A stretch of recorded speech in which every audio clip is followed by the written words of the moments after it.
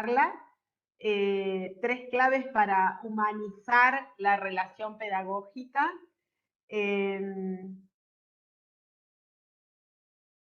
En esta, cerrando la Semana Internacional. Qué responsabilidad, qué responsabilidad. He visto las charlas, las temáticas, la variedad, así que bueno, vamos a hacer lo posible para cerrar de la mejor manera. Bueno, esta frase que es de un cuento que la verdad no sé el autor, si alguien lo sabe me dice, me impactó y me gustó mucho para poder empezar. La frase dice así: un niño necesita pocas cosas para su vida, apenas 3. Que alguien, en lo posible un adulto, lo cuide, tiempo para jugar y aprender, y confiar en que algunas cosas son para siempre. Cuando leí esta frase que viene de un cuento que narra la historia de un pueblo, de una comarca donde no había niños, y entonces vivían solo adultos en esa comarca, y entonces el jefe del pueblo dice, quizás podríamos incluir a algunos niños en este pueblo, pero habría que investigar qué es un niño. Entonces manda a un investigador a preguntar a otros lugares donde había niños qué era un niño. Y bueno, este investigador se vuelve medio loco, porque los heladeros le decían que los niños eran los mejores clientes, y los peluqueros le decían que los niños eran seres muy movedizos, y los fabricantes de videojuegos le decían que los niños eran seres adictos.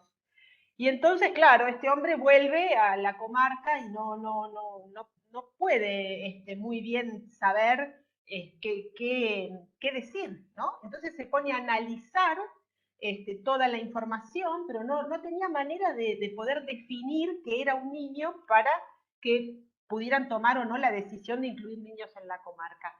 Hasta que se encuentra con los viejos sabios, esos viejos sabios que siempre están en todos los cuentos, y el viejo sabio le dice esta definición que el investigador finalmente lleva a su pueblo, y le dice esto: un niño es alguien que necesita pocas cosas para su vida, apenas 3.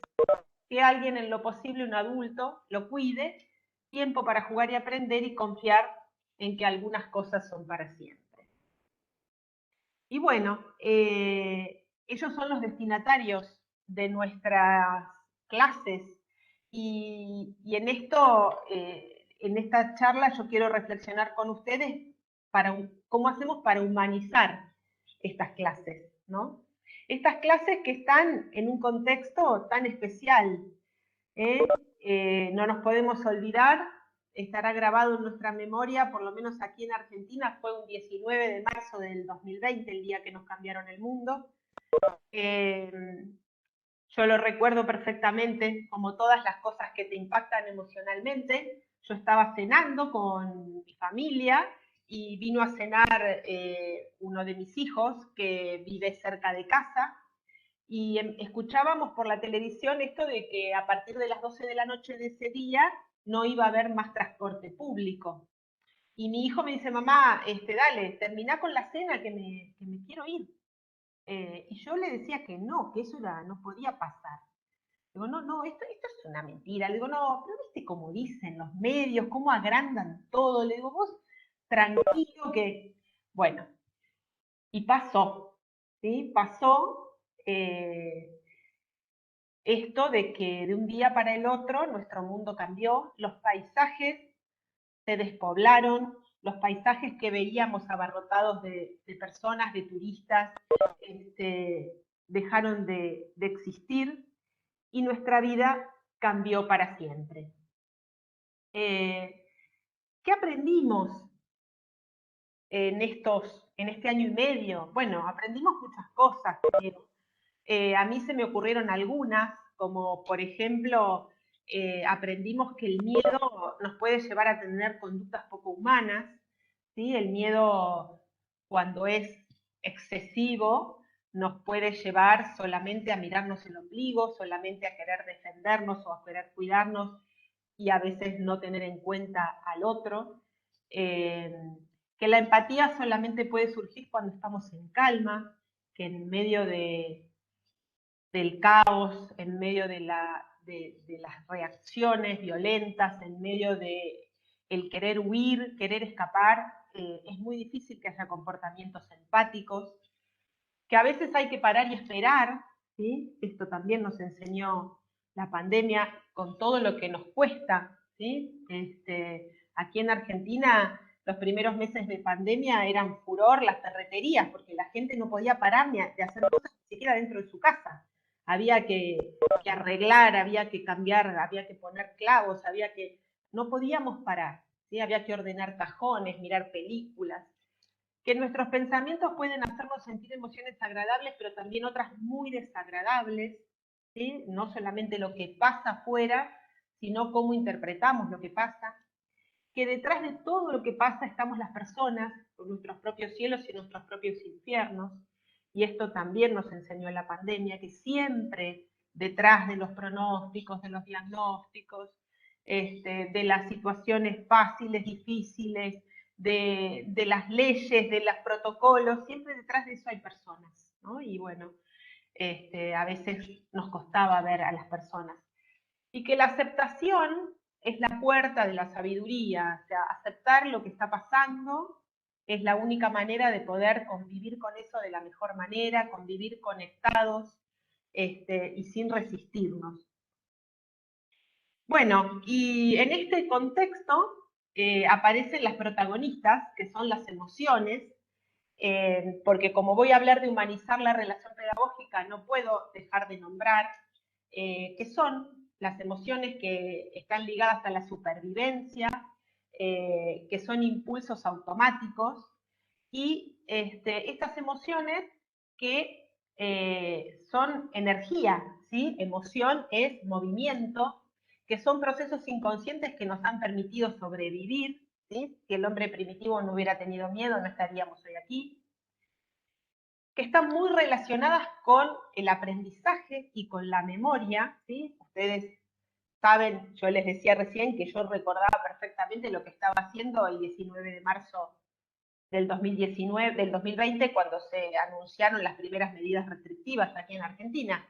¿Por qué recordaba ese momento tan claro con quién estaba y dónde estaba? Bueno, porque me impactó emocionalmente. Y que en la emoción residen los fundamentos básicos de una buena enseñanza.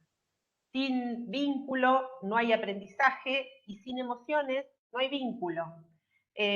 No podemos separar, no podemos eh, pensar en un aula donde las emociones agradables, aquellas que favorecen el aprendizaje, como son la alegría, el asombro, la confianza, no estén presentes.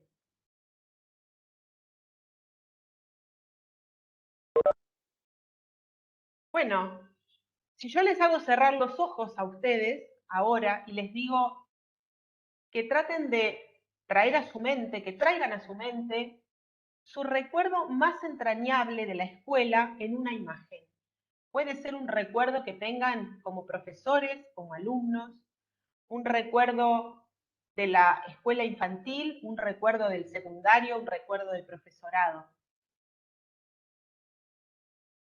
Probablemente les vengan a ustedes, por lo menos esta experiencia la he hecho en muchas charlas, lo que recuerdan, lo que viene a la mente es el profesor o la profesora con la que tenían buen vínculo, el patio del recreo, el compañero de banco, los juegos, aquella profesora que hacía la clase más divertida, aquel profesor que explicaba de una manera diferente. Es decir, que los recuerdos que vienen a nuestra mente son recuerdos que han tenido un impacto emocional. También acá les pregunto por un recuerdo entrañable, pero también vienen a nuestra mente recuerdos que han tenido impacto emocional desagradable, ¿sí? El profesor que descalificaba, maltrataba o generaba en la clase un clima de apatía y de aburrimiento. Les dije que las emociones están relacionadas con la supervivencia, ¿sí? Hay 6 emociones básicas, esto lo deben haber escuchado muchas veces, lo menciono muy por arriba, que en todas las culturas se presentan con los mismos gestos faciales, que son el asco, la sorpresa, el miedo, el enojo, la tristeza y la alegría, y que justamente están relacionadas con comportamientos que tienen que ver con la supervivencia. El asco nos aparta de aquellas cosas que puedan ser dañinas para nuestra salud. La sorpresa prepara nuestro cuerpo para lo inesperado, para lo que pueda venir. El miedo nos aparta nos lleva a huir cuando el estímulo es demasiado grande para nosotros o demasiado grande para luchar. El enojo nos lleva a luchar, la tristeza nos lleva a apartarnos para elaborar las pérdidas y la alegría nos lleva a juntarnos con otros. Fíjense que son todos comportamientos asociados a la supervivencia. Esto nos viene del hombre primitivo. Como yo les decía, ¿no? El hombre primitivo, si no hubiera luchado o si no hubiera huido, no estaríamos hoy acá. Ahora, ¿qué pasaba? El hombre primitivo luchaba o huía contra la fiera, luchaba o huía frente a estímulos naturales. Cuando esos estímulos pasaban, cuando la fiera se iba o cuando el hombre primitivo la podía vencer, se acababa el problema.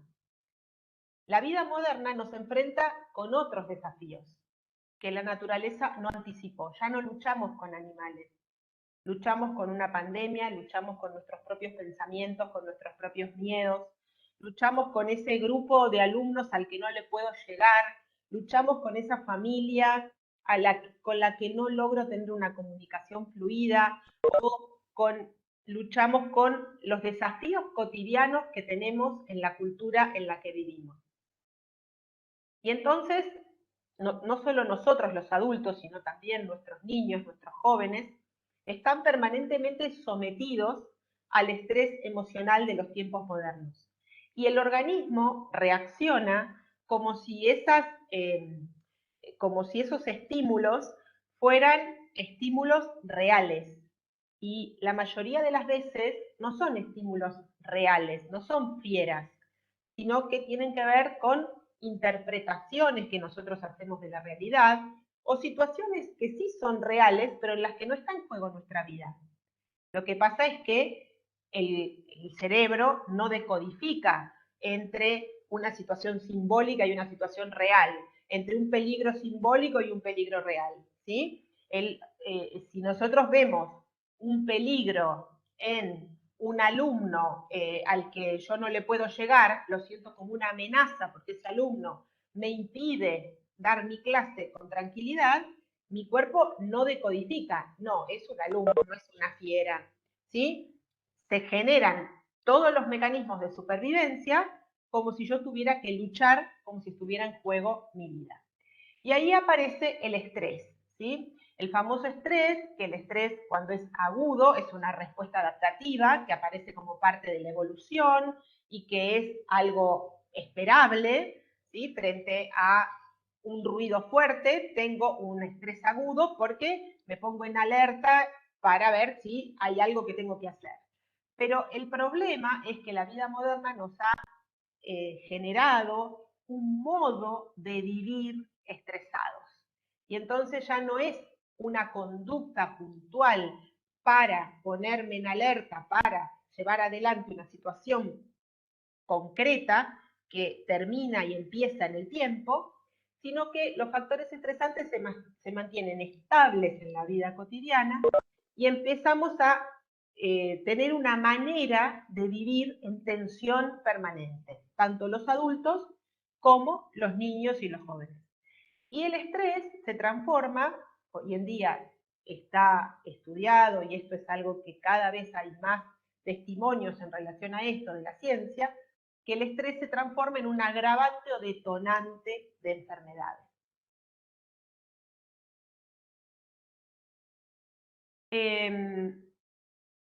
Acá me gustaría hacer una diferencia entre dos palabras que parecen lo mismo, pero no son lo mismo.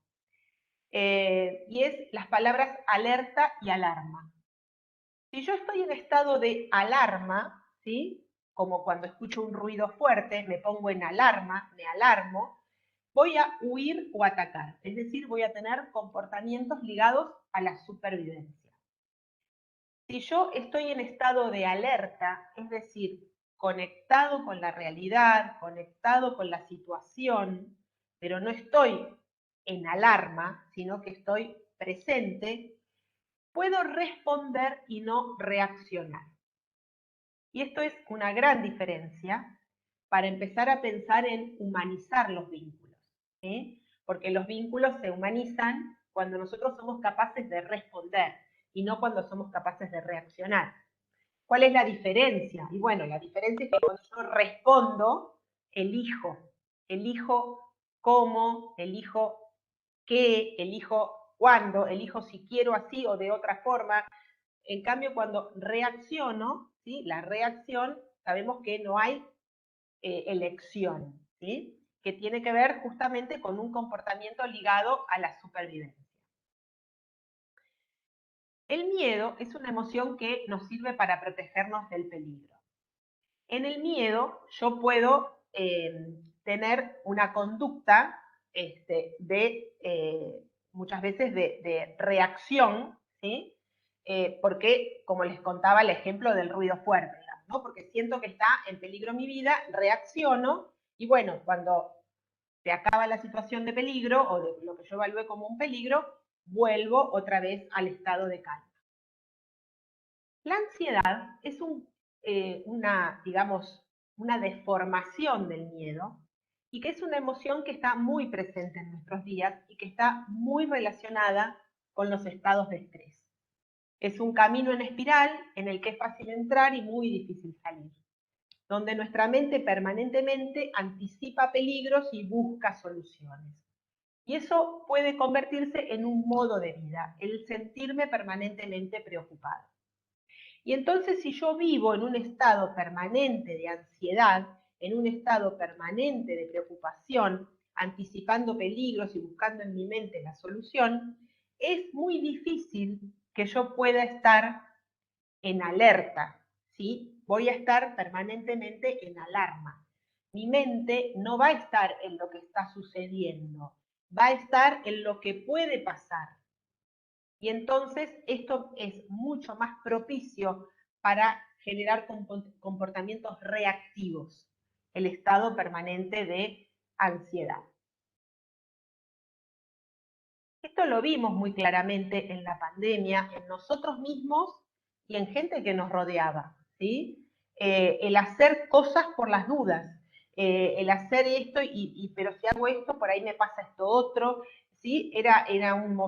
Hubo momentos muy álgidos donde estábamos con tanta información, no toda era información valiosa, entonces nos costaba mucho filtrar, y eso generaba un estado de mucha preocupación, donde permanentemente buscábamos soluciones para anticiparnos a posibles escenarios catastróficos que probablemente nunca ocurrieron, o ocurrían otros que no podíamos anticipar, porque es imposible anticipar todo, y estuvimos, digamos, el tema de la ansiedad ha crecido muchísimo durante la pandemia y en sus extremos, sabemos que la ansiedad deriva y tiene un gran punto en común con los estados de depresión, ¿sí?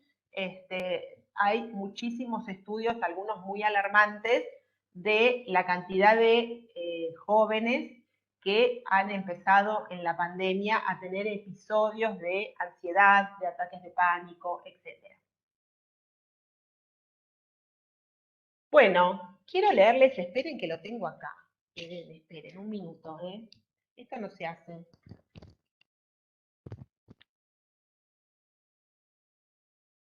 Ahí está. Como en vivo, como si fuéramos en vivo, porque lo puse, lo ordené y lo saqué de la mesa. Este es un cuento muy cortito de un escritor, en realidad es escritor y dibujante, que se llama Pablo Bernasconi, que el cuento se llama El hombre que nunca estuvo. Esperen que aquí quiero mostrarles, aquí, a ver si se ve el dibujo. Miren lo que es el dibujo. Les cuento cortito este cuento de Bernasconi que ilustra muy lindo y muy bien el tema de la ansiedad. Había una vez un señor que estaba pensando siempre en otra cosa, pero no en cualquier cosa, sino en cosas que aún no habían sucedido. Se levantaba por la mañana pensando en el desayuno. Durante el desayuno pensaba sobre cómo vestirse. Mientras se vestía, pensaba en qué le iba a decir a su mujer para no acompañarla a comprar ropa esa tarde. Mientras no escuchaba a su mujer, pensaba en que perdería el transporte a su trabajo si no salía ya mismo. Apenas perdía el transporte, pensaba en cómo se iba a enojar nuevamente su jefe. Mientras su jefe le gritaba, pensaba en todo lo que le faltaba para almorzar. Durante el almuerzo, pensaba en todo lo que le faltaba para la merienda. Mientras tomaba un café con tostadas, pensaba en lo lleno que iba a estar el transporte de vuelta. Mientras volvía a su casa apretujado entre otros señores, pensaba en qué estaría pensando toda esa gente que pensaba exactamente lo mismo que él. El señor que pensaba hacia adelante estaba tan distraído que había desaparecido para siempre del presente, como quien deja su casa y se muda dentro de un eterno tren en marcha.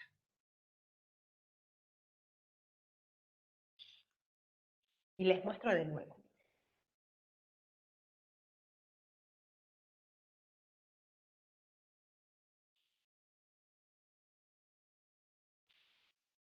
Me parece que este cuento ilustra de una manera tan clara el tema de la ansiedad. No sé qué les pareció. Yo voy a hacer una cosa que es complicada porque no se hace, pero voy a salir un minutito porque quiero ver las caras o leer algún comentario. A ver, ¿qué les pareció este cuento del hombre que nunca estuvo? ¿Les ha pasado alguna vez?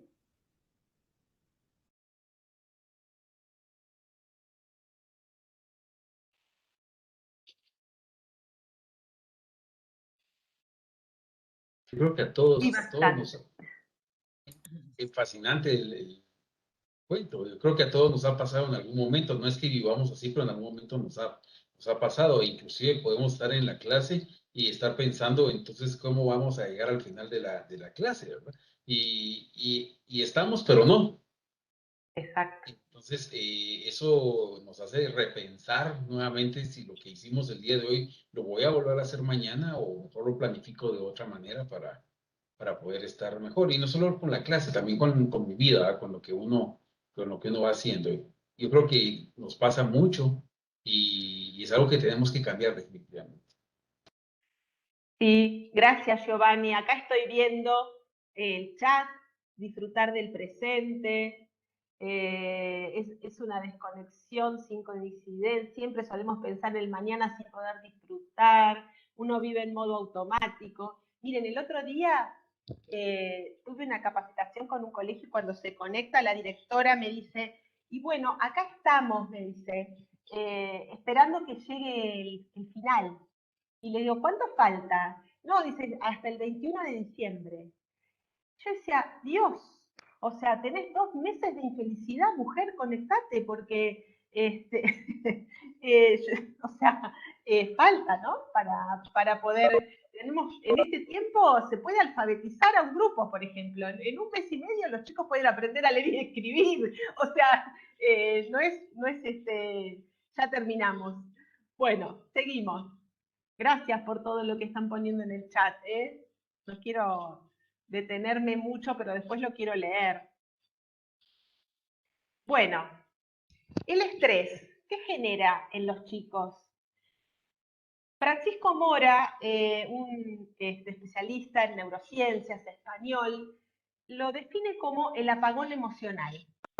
Y él dice que esto aparece en muchos niños en algún momento de su periodo escolar, que está muy relacionado con el estrés, con vivir en tensión constante y que se manifiesta como agobio mental. Y esto se transforma en un modo de responder, en un modo de vivir. La apatía, el aburrimiento, el nada les interesa, a estos chicos nada les interesa, este grupo están en otra cosa, están con la cabeza en otra cosa, no les importa, no les interesa. Bueno, sepamos que en la base de este desinterés puede estar muy relacionado con estados de ansiedad y de estrés permanentes en los que acostumbramos a nuestros chicos a vivir y a relacionarse con otros. Por eso yo quiero compartir con ustedes 3 claves no tan nuevas para desafíos actuales, ¿sí? 3 claves para humanizar la relación pedagógica que pueden aportar justamente y pueden enriquecer vínculos y pueden generar un ambiente más saludable, menos relacionado con la búsqueda de resultados, con la cuestión, con emociones desagradables como el miedo y la ansiedad, y más relacionado con emociones que favorecen el aprendizaje, como son la alegría, el afecto, la confianza, la calma. Y ahora van a ver que por qué no son tan nuevas, ¿sí? Vieron que todos los capacitadores siempre queremos decir que lo nuestro es súper novedoso. Bueno, yo soy la anticapacitadora.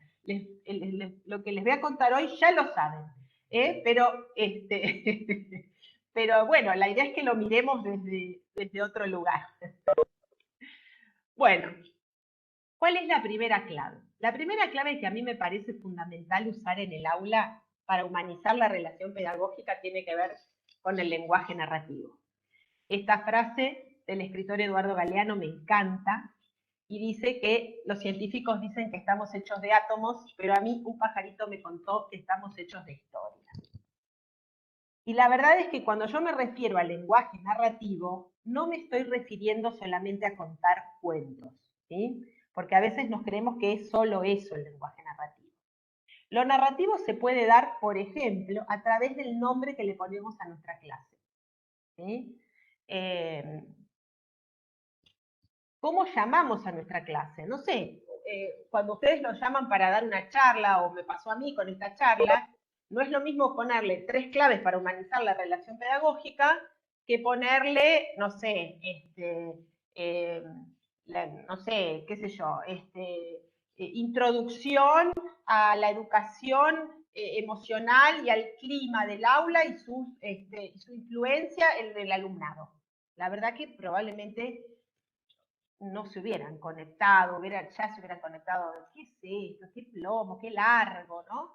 Bueno, entonces, a partir de los nombres que le ponemos a nuestras clases, a partir de las ideas fuerza que queremos transmitirles a nuestros alumnos y poder hacerlo de una manera tan novedosa como lo hacen a veces o tan, con tan lindo sonido como lo hacen a veces los publicistas, sin que eso le saque profundidad, ¿sí? Pero uno realmente repite eslogans de las marcas que logran permanecer en la memoria de uno y que logran ser parte de uno, y muchas veces nos cuesta que nuestros alumnos memoricen conceptos o ideas claves que les queremos transmitir, porque probablemente las transmitimos de una manera con poca emoción, ¿sí? El lenguaje narrativo es un lenguaje que tiene emociones, que tiene metáforas, que tiene personificaciones, que tiene variedad de colores, ¿sí? A eso me refiero con lenguaje narrativo. Utilizar personajes, sobre todo con los más chicos, que hacen de hilo conductor, los títeres, los muñecos, el personaje de la sala, la mascota. Utilizar objetos, ahora les voy a dar algunos ejemplos, que adquieren otros sentidos, ¿sí? Y no el sentido tradicional que puede tener un objeto. Utilizar, bueno, cuentos y canciones, ¿sí? Que esto ya sería lo más convencional. Por ejemplo, les cuento algunos objetos que yo utilizo en mis clases, sobre todo en las clases de educación emocional, pero que pueden usarse en otras clases, ¿sí? Piedras preciosas. Son piedras que nos inspiran cuando una idea no nos sale. Y entonces tomo la piedra, respiro hondo y la piedra me trae la idea que no se me ocurría. ¿Sí? Piedras mágicas. O ese botiquín de emergencia, donde hay objetos o cosas para descargar la tensión. ¿Sí? Cuando siento que me estoy enojando, voy al botiquín y hay pelotitas de estrés, o hay diarios para romper, o hay alguna flor de plástico, pero con algún aroma que me recuerda que tengo que respirar. ¿Sí? O ese almohadoncito que es el almohadón de la palabra, y que es el que de algún modo me permite o me da la palabra, ¿sí? O puede ser también un micrófono, o puede ser una varita, en fin. Estos objetos más relacionados con la imaginación para los más chiquitos.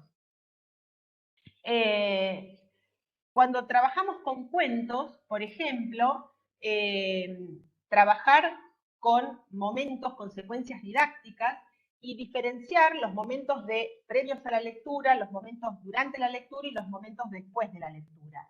Nosotros tenemos una propuesta que se llama Literatura y Emociones, donde la autora favorece o promueve la sorpresa, la anticipación y el suspenso a través de dos estrategias.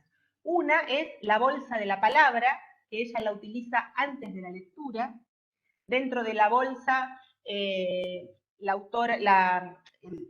autora del libro propone poner materiales relacionados con el cuento que vamos a contar, para que los chicos puedan anticipar el contenido, anticipar algo del personaje, anticipar de qué se trata. Y también con los más grandes propone el recurso de la casa de la palabra, ¿sí? Que es un rincón del aula donde nos disponemos a escuchar un cuento. Y ese rincón tiene telas, tiene almohadones, incluso hasta puede tener como si fuera un techito, ¿no? Una carpa, para indicarnos que en ese lugar nos sentamos, ¿sí? Nadie escucha el cuento parado, sino que estamos todos en un ambiente más de recogimiento. También la autora propone otro recurso que es la valija, donde llevamos elementos como por ejemplo lápices, anteojos, nariz de payaso, llaves, sombreros, etcétera, para crear cuentos, ¿sí? Esto también, digamos, lo utiliza mucho. En cuanto a los títulos de las clases, yo les cuento algunos títulos que yo he usado en mis clases de educación emocional, que tienen que ver con conceptos que yo he transmitido, o sea, conceptos que están relacionados con la teoría, no es que pongo cualquier título, ¿sí? Como por ejemplo, el miedo me hace sentir chiquito. En esta clase, esto fue un proyecto de trabajo que duró varios encuentros, donde trabajamos con la idea de que el miedo agranda los peligros, ¿sí? El miedo, sobre todo cuando, digamos, es irracional, cuando tiene que ver más con la ansiedad, agranda los peligros y achica los recursos, ¿sí? Entonces, por eso este proyecto se llamó El miedo me hace sentir chiquito. O El enojo me transforma, donde trabajamos la idea de que cuando me enojo no soy yo, por eso nunca está bueno actuar enojado. Y trabajamos con máscaras y trabajamos con personajes para trabajar justamente la diferencia entre reaccionar y responder, y la posibilidad de encontrar respuestas racionales y elegidas frente al reconocimiento de la emoción del enojo. O cuando trabajamos la ansiedad, con los quitapesares, con los quitapenas, que son estos muñequitos que son de Guatemala, ¿sí? Originarios de Guatemala, que se ponen bajo la almohada para que se nos vayan las preocupaciones. Bueno, trabajamos con, el título era La preocupación es como una tormenta en mi cabeza, ¿sí? La idea de los pensamientos irracionales o los pensamientos que se repiten, y que me desconectan de lo que está ocurriendo y que me generan justamente, síntomas físicos que me sacan de del presente y me hacen actuar de una manera muchas veces irracional. Fíjense, esto es una muestra que vi hace un tiempo en Puerto Madryn, en un museo, que habían armado esculturas con basura recogida del fondo del mar. Y la muestra se llamaba El mar se ahoga. ¿Sí? Fíjense qué poderoso ese título. Si a mí me hubieran dicho que yo tenía que ir a ver una muestra que se llamaba La contaminación marina, probablemente me hubiera aburrido ir a ver esa muestra o no me hubiera llamado la atención. Cuando leí El mar se ahoga y cuando vi a lo que se refería, realmente estuvieron muy ingeniosos, y esto es utilizar el lenguaje narrativo. El lenguaje narrativo en los nombres de las clases, el lenguaje narrativo en las ideas fuerza, el lenguaje narrativo en los objetos y en la vida que le damos a esos objetos. El Tríptico de la Infancia es un espacio que hay aquí en la ciudad de Rosario, en Argentina, donde se trabaja y se utiliza muy bien el lenguaje narrativo para generar espacios creativos para los chicos. Por ejemplo, tienen un lugar que se llama la Fábrica de los Cuentos, donde hay ruletas con palabras y distintos materiales para crear cuentos. O hay otro lugar que es para experimentar, para armar con distintos tipos de materiales, y se llama Pensar con las manos. Fíjense, qué título maravilloso. Y después ellos tienen algo muy lindo y muy creativo, que es el archivo de los miedos. ¿Sí? Vos cuando entras al lugar tenés que dejar archivado ahí, si querés, por supuesto, es optativo, tus miedos. ¿Sí? Y ellos los guardan en un archivo que hay ahí antes de entrar a jugar. Fíjense que son todos recursos que no solamente los podemos usar con los más pequeños, ¿sí? Hoy le contaba a Ivana un ratito antes de empezar que fui a una muestra sobre María Elena Walsh, para quienes no la conocen, quienes sean de otro país, una escritora, bueno, ya fallecida, que ha escrito tanto para grandes como para niños, una pionera en temas bueno, relacionados con el rol de la mujer en la sociedad, con justicia social. Bueno, la verdad es que es una exquisita autora, tanto para adultos como para niños. Y hay aquí en Buenos Aires una muestra que fui a ver hoy a la tarde, que ahora subí unas historias al Instagram de CEPA, que las pueden ver ahí, @Proyecto CEPA es el Instagram. Bueno, donde se representa de una manera muy, muy agradable distintos pasos de la historia de María Elena Walsh como escritora, ¿no? Entonces, bueno, María Elena Walsh tiene una canción muy famosa, que es la canción del jacarandá, que es una planta muy, muy bonita de color violeta que tenemos por aquí, por estos lados. Y entonces cuando entramos a la muestra hay un cielo de jacarandá hecho de papeles, y cada persona se puede armar su distintivo y recorrer la muestra con el distintivo de jacarandá. O luego tenemos un árbol muy grande que además de sombra da sombreros, es un cuento de María Elena. Entonces en la muestra hay un árbol precioso con los sombreros colgados y los chicos se sientan ahí abajo a escuchar el cuento. Bueno, yo sé que estas son por ahí grandes ideas, pero de las grandes ideas pueden surgir las ideas posibles en nuestro ámbito, ¿sí? Y yo les puedo asegurar que podemos hacer muchas de estas cosas sin demasiada inversión de dinero, solamente con una gran inversión de imaginación. A eso me refiero cuando hablo del lenguaje narrativo. El lenguaje narrativo puede estar en muchos lados. La otra clave,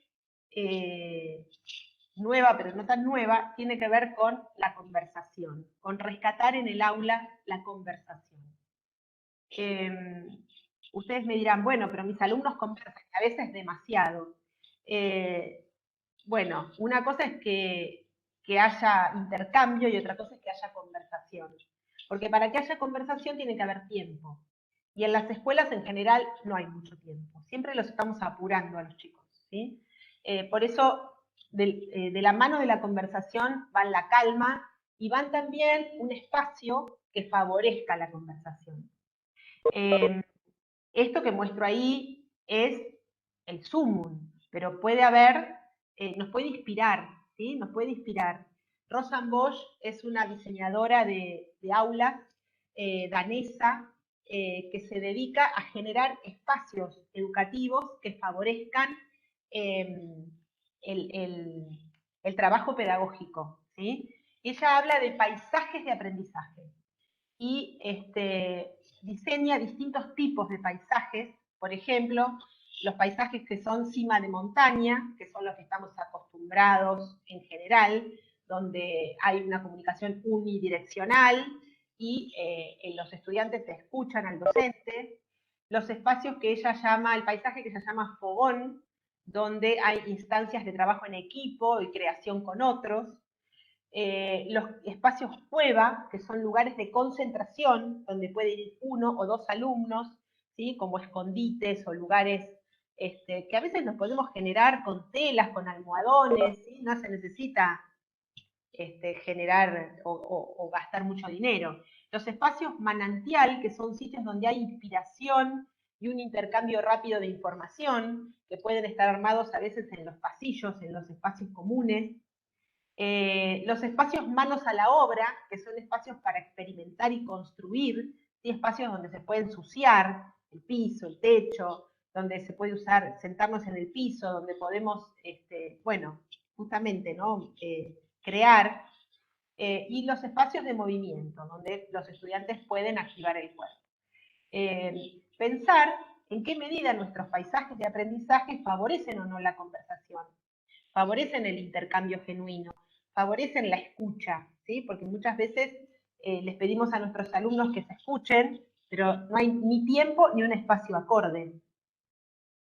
Y la verdad es que en aulas donde los chicos no intercambian, y solamente se intercambia por aspectos académicos básicos, pero no se sabe cuántos hermanos tiene el otro, qué le gusta, qué no le gusta, qué comida le gusta. O sea, si esos intercambios no se generan, es además mucho más probable que en esa aula haya conflictos violentos, ¿sí? Porque realmente, si yo no sé quién es el que tengo al lado, es muy probable que sea menos cuidadoso que si se generaron estos vínculos, ¿no? Entonces, muchas veces nos ocupamos solamente de acallar los conflictos o de que no ocurran y no nos ocupamos de generar ambientes propicios para no llegar a que haya conflictos violentos, que esos serían los que nos tienen que preocupar, ¿no? Porque conflictos va a haber siempre. Fíjense lo que son los espacios de Rosanne Bosch, ¿sí? Solamente para soñar. Y la tercera clave, que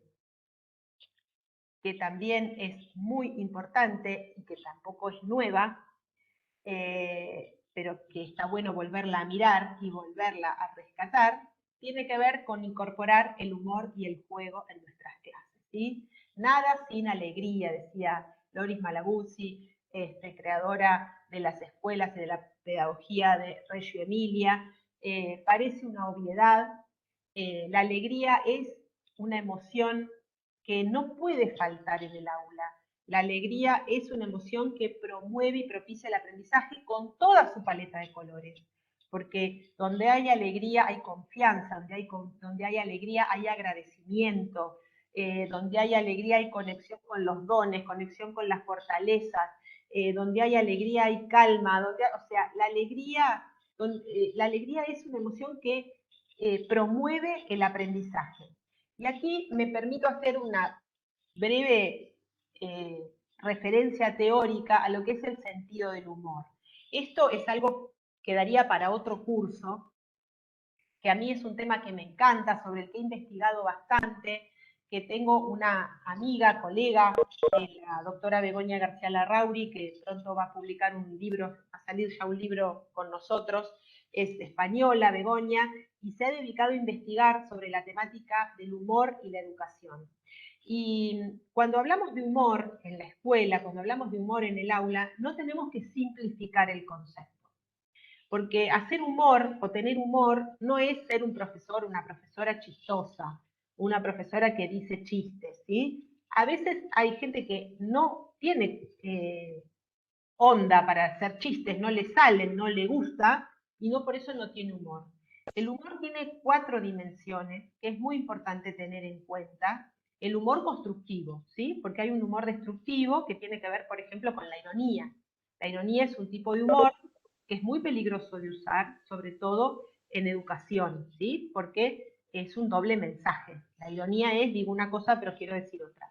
Y es, a veces puede resultar descalificante, puede resultar muy, digamos, como choqueante para algunos alumnos que no entienden de qué estamos hablando.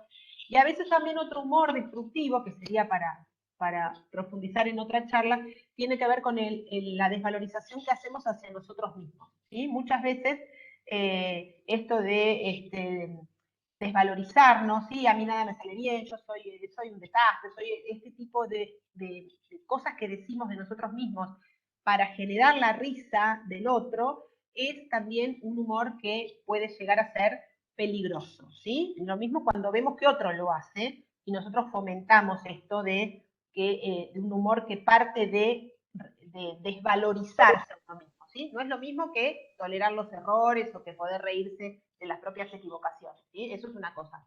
Ahora, cuando el humor está centrado en desvalorizarme, eso es también un humor nocivo. Ahora, el humor constructivo tiene 4 facetas, que son las que podemos ejercitar los educadores. Una tiene que ver con la creación de humor, ¿sí? Que esto de las personas que son capaces y de los alumnos que son capaces de percibir relaciones de forma insólita y divertida. El alumno que percibe algo insólito, algo absurdo, ¿sí? Y que puede decir o que puede percibir justamente una relación insólita, una relación absurda, una relación exagerada. Bueno, esto es crear humor, ¿sí? La gente que puede crear humor sin desvalorizarse, sin desvalorizar al otro, a partir de percibir lo insólito, lo exagerado. Otra de las maneras otra de las dimensiones del humor tiene que ver con apreciar el humor de otros. ¿Sí? Hay gente que por ahí no tiene capacidad de crear humor, pero sí es una gran disfrutadora del humor de otros. ¿Sí? La otra faceta del humor, la otra dimensión, tiene que ver con el afrontamiento optimista de problemas. ¿Sí? Utilizar el humor como distanciamiento de los problemas. El poder ver los problemas en su justa dimensión, ni dramatizando ni minimizando, ¿sí? Entendiendo que los problemas tienen una duración, abarcan un área de la vida y se deben a múltiples causas. A eso nos referimos con optimismo, un optimismo inteligente, un optimismo racional, ¿sí? Un optimismo que entiende que las personas tenemos fortalezas y debilidades, que hay veces que las cosas salen mal, pero que eso no dura para siempre. Y la cuarta dimensión tiene que ver con utilizar el humor en el marco de las relaciones sociales, como vía de acercamiento y reducción de tensiones. ¿Sí? Fíjense que el humor tiene estas 4 dimensiones y que es muy importante tener en cuenta cuál de estas dimensiones nos sale mejor, nos sale más fácil, y cuál de estas dimensiones también a nuestros alumnos les sale mejor y más fácil para valorarlas y para que estén presentes en el aula. Los juegos son grandes generadores de instancias de alegría y de humor. El humor surge en los juegos. Yo siempre digo que un docente no puede no tener en su escritorio un globo, ¿sí? Un ovillo de lana, porque seguro que con esas 2 cosas va a poder hacer algún juego, ¿sí? Esto de algún juego de presentación con globos, esto de en parejas y jugar y que los globos no se tienen que caer, competir, de que las filas de globos y pasamos el globo por abajo de las piernas y el último que llega tiene que correr hasta una posta, bueno, en fin. Los juegos de globos son siempre muy divertidos. También podemos jugar con cosas sencillas, no con un objeto, ¿sí? Acá estamos haciendo con estos niños una caminata especial donde, por ejemplo, tenían que llevar un regalo y no se podía romper el regalo, o tenían que caminar en un lugar donde les daba mucho miedo. o tenían que caminar con una pluma en la cabeza.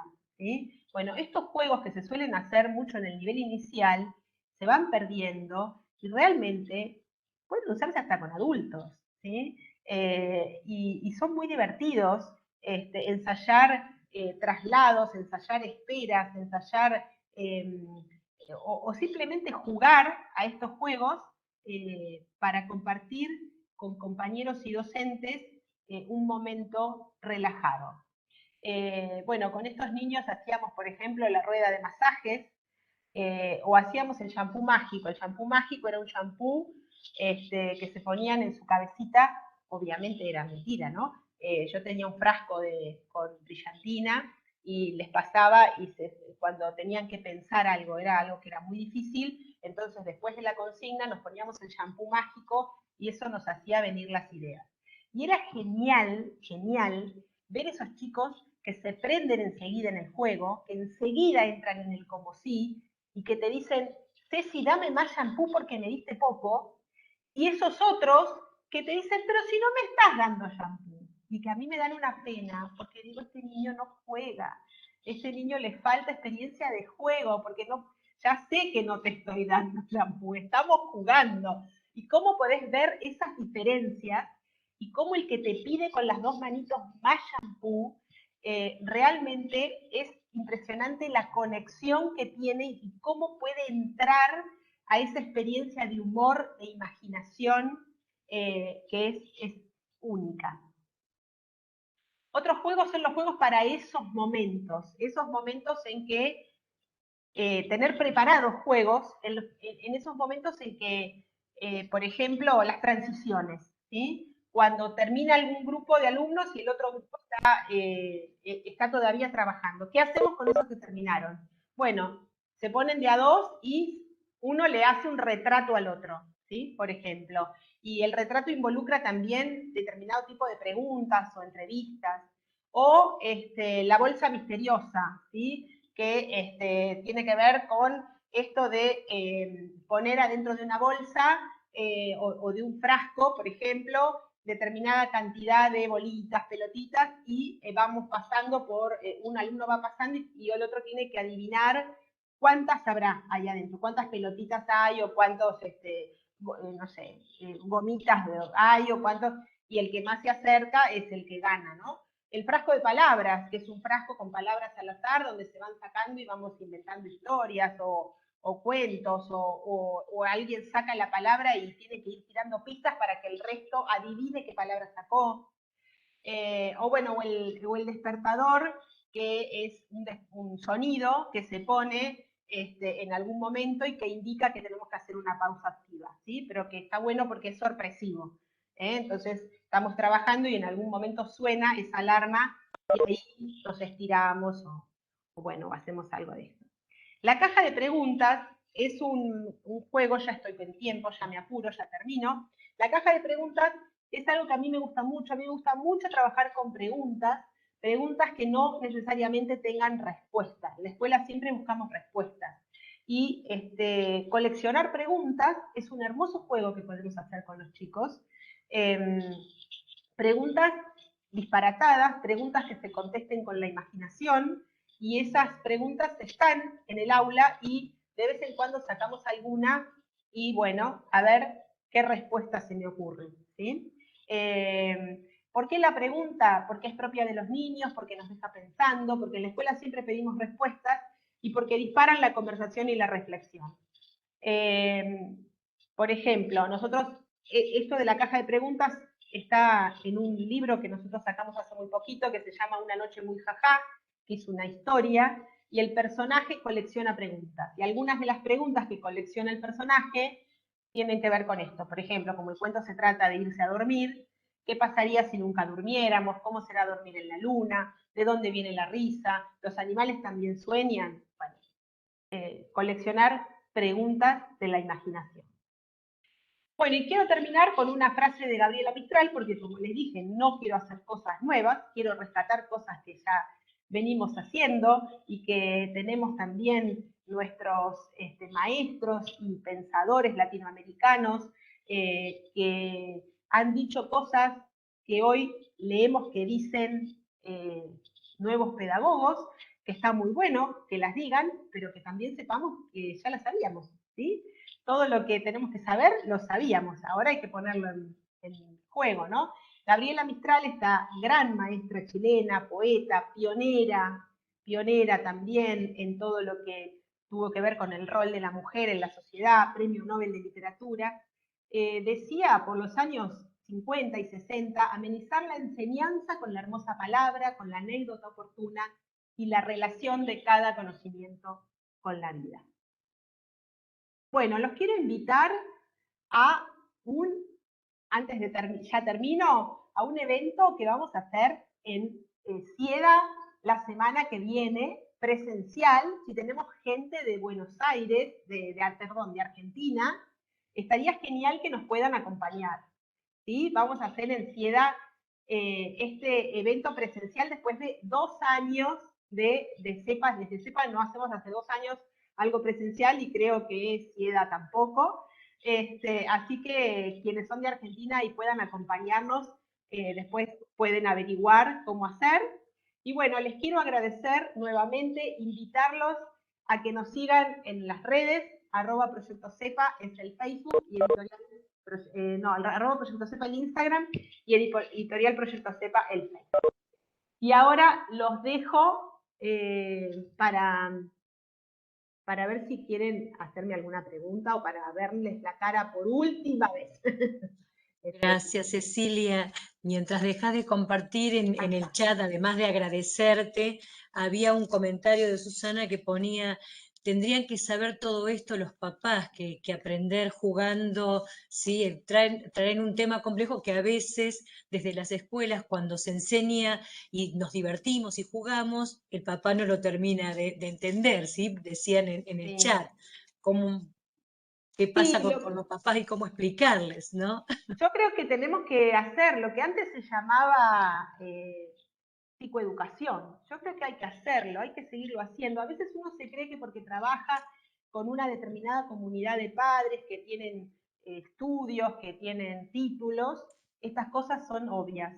Y yo me he encontrado con que no son obvias. A mí, mamás y papás con máster en grandes universidades me han preguntado, ¿pero para qué sirve leer cuentos a un chico? ¿Sí? Y bueno, y esto no tiene que ver y esto hay que explicarlo, hay que contarlo, pero uno no puede dejar de hacer lo que considera valioso y lo que considera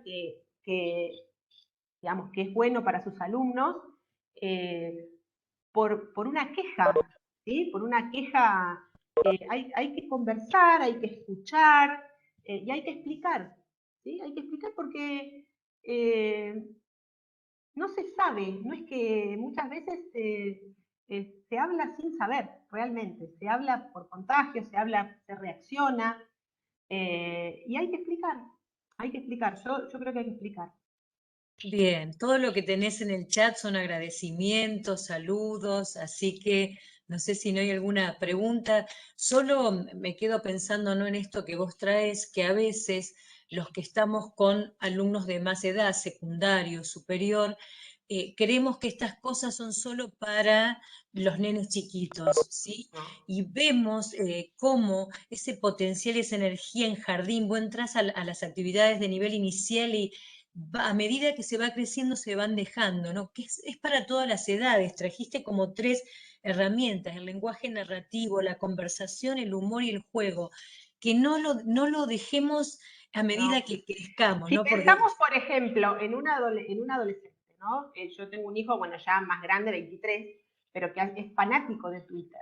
El lenguaje de Twitter es un lenguaje plagado de emociones e imágenes, ¿sí? Es un lenguaje lleno que permanentemente cuando te lo leen, vos lo que en general, digamos, las personas que tienen la capacidad de escribir en Twitter y generar, o sea, cuando mi hijo me lee algo, me dice, mira esto, mamá, vos lo lees e inmediatamente te lo representás, ¿sí? Porque eso es lo que me refiero con el lenguaje narrativo, con lo cual con los adolescentes Los adolescentes siguen siendo muy atraídos por el lenguaje narrativo.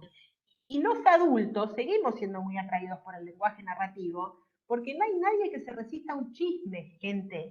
O sea, el chisme, esto es tan básico lo que estoy diciendo, pero si yo a ustedes les dijera, acá en Argentina estamos hace unas semanas con un problemita de dos parejas famosas, que nos está teniendo en vilo a todos, ¿sí? Dos parejas que, bueno, que han tenido un tema de infidelidad. Bueno, eso no voy a entrar en detalles, pero es imposible, yo les puedo asegurar que uno pasa las noticias, pero cuando lees el titular es, aunque sea te detenés a leer el título, ¿sí? Porque no hay nadie que pueda resistirse al esquema del chisme que es narrativo, que es no sabes lo que pasó, ¿sí? Y que tiene detalles, y eso tiene el lenguaje narrativo, tiene detalles, tiene ejemplos, tiene emoción, tiene metáforas, tiene gestos. Entonces, eso no se resiste nadie. Tampoco es para descartar el hecho de narrarle o leerles a los adultos o a los adolescentes, porque dejamos de narrar y dejamos de leer cuando ya los alumnos son más grandes. ¿Quién nos dijo que eso no les atrae? ¿Sí? El cuento que yo les leí recién, eso es un cuento hermoso para trabajar con adolescentes. Bien, bien. Siempre es un placer escucharte, Cecilia. Y bueno, con vos cerramos la Semana Internacional, ¿sí? Con un montón de ideas que nos venimos llevando. Vamos a tomar el ejemplo de la caja de las palabras, de las ideas, que esta Semana Internacional haya sido eso, ¿sí? Un momento también, a pesar de la virtualidad, para recobrar la palabra. Hablaste de la palabra, de las preguntas. Me parece que son dos cosas fuertes que circularon en la Semana Internacional. La palabra compartida, bueno, además del encuentro, y las preguntas. Pongamos todo en esta caja y a empezar a rumiar y a pensar. Y le quiero pedir a Freddy que, bueno, despidiéndote, cierre también la Semana Internacional, que si bien cerró a la mañana, ahora es el cierre formal con todos los que nos acompañaron en las instancias de capacitaciones. Freddy. No prendo más la cámara, me ve y me hace hablar. Yo lo veo y no se salva si lo veo. Me ve y me hace hablar. No, nada, primero Cecilia, mil gracias por la capacitación, me parece un hermoso broche de oro de toda una semana de trabajo intenso y donde todas estas cosas, bueno, nada, el humor, el lenguaje narrativo, la conversación y el juego se quiso poner en juego en una semana intensa con todos los países. La verdad que fue muy hermoso el encuentro, ¿no? Veo caras ya, son amigos prácticamente. Yo los veo, no sé, a Giovanni, a Paula, por supuesto, bueno, a tantos amigos de tantos países que nos acompañaron estos días. Y la verdad que es casi un sueño hecho realidad. Y es por donde debería ir la escuela, ¿no? Siempre. Que esa trama que en la semana se hace intensa, se haga presente durante todo el año. Así que bueno, infinitas gracias por hacerlo posible, porque si el otro no está del otro lado, digamos, la trama tiene una sola punta del ovillo y no se teje, porque no hay con quién tejer. Así que por estar ahí, cada uno de los que están de Argentina y de otros países. Gracias por estar y por compartir esta pasión por educar y esta idea que tenemos, que vos trajiste tantas veces, poner por delante los chicos sus necesidades y nosotros como adultos acompañar para que esa necesidad y esa búsqueda de una mejor educación construya al final un mundo mejor. Así que nada, felices porque el lema que nosotros nos propusimos es que solo el amor cambia el mundo, se hizo realidad. Así que abrazo grande a todos y muchísimas gracias. Bien, gracias Cecilia, gracias a todos. Cerramos así la Semana Internacional con esta caja repleta de ideas, pero que sobre todo con mucho amor, ¿sí? Para seguir construyendo y desafiando la realidad que tenemos por delante. Gracias con los Gracias, estudiantes. Gracias, Cecilia, un placer y ojalá quienes son de Argentina y si alguien de Guatemala, Brasil se quiere venir el sábado ¡Ay, ojalá! presencial, pero no sé, ¿eh? También los esperamos, ¿sí? Bueno, muchísimas gracias a todos, ¿sí? Con los estudiantes de SIDA nos vemos la semana próxima y con el resto nos seguimos en contacto a través de las redes. Abrazo grande a todos, nos vemos pronto. Chau, Muchísimas chau. gracias.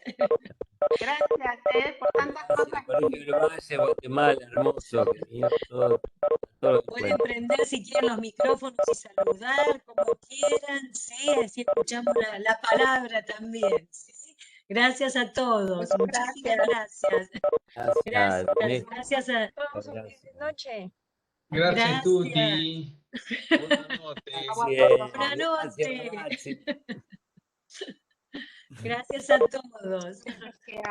Buenas Muchas noches. gracias. Paula. Gracias a todos.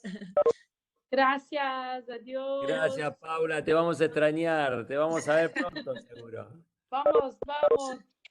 Besos, gracias. Chao, Paula, nos vemos. Descansen. Ustedes también. Ustedes también. Gracias. Gracias Chao. a todos. Ahí van saliendo. Bueno, Cecilia, 1.000 millones Gracias, de gracias, hermosa. ¡Cuánta gente! Sí, siempre se va sumando y gente muy cálida, ¿viste? La verdad que sí, qué lindas cosas que dicen. Yo saqué fotitos, ahora subo. Sí, se arma un ambiente muy, muy lindo. Creo que bueno, siempre encontrarse es valioso. Así que como una familia. Esta iniciativa es impresionante lo que han hecho, porque Impresionante, fue impresionante. Terrible. La cantidad de charlas impresionante y de las temáticas más variadas, porque yo iba mirando, digo, yo subí varios días, viste, a las redes, bueno, subí la mía, pero también subí el programa general. Impresionante.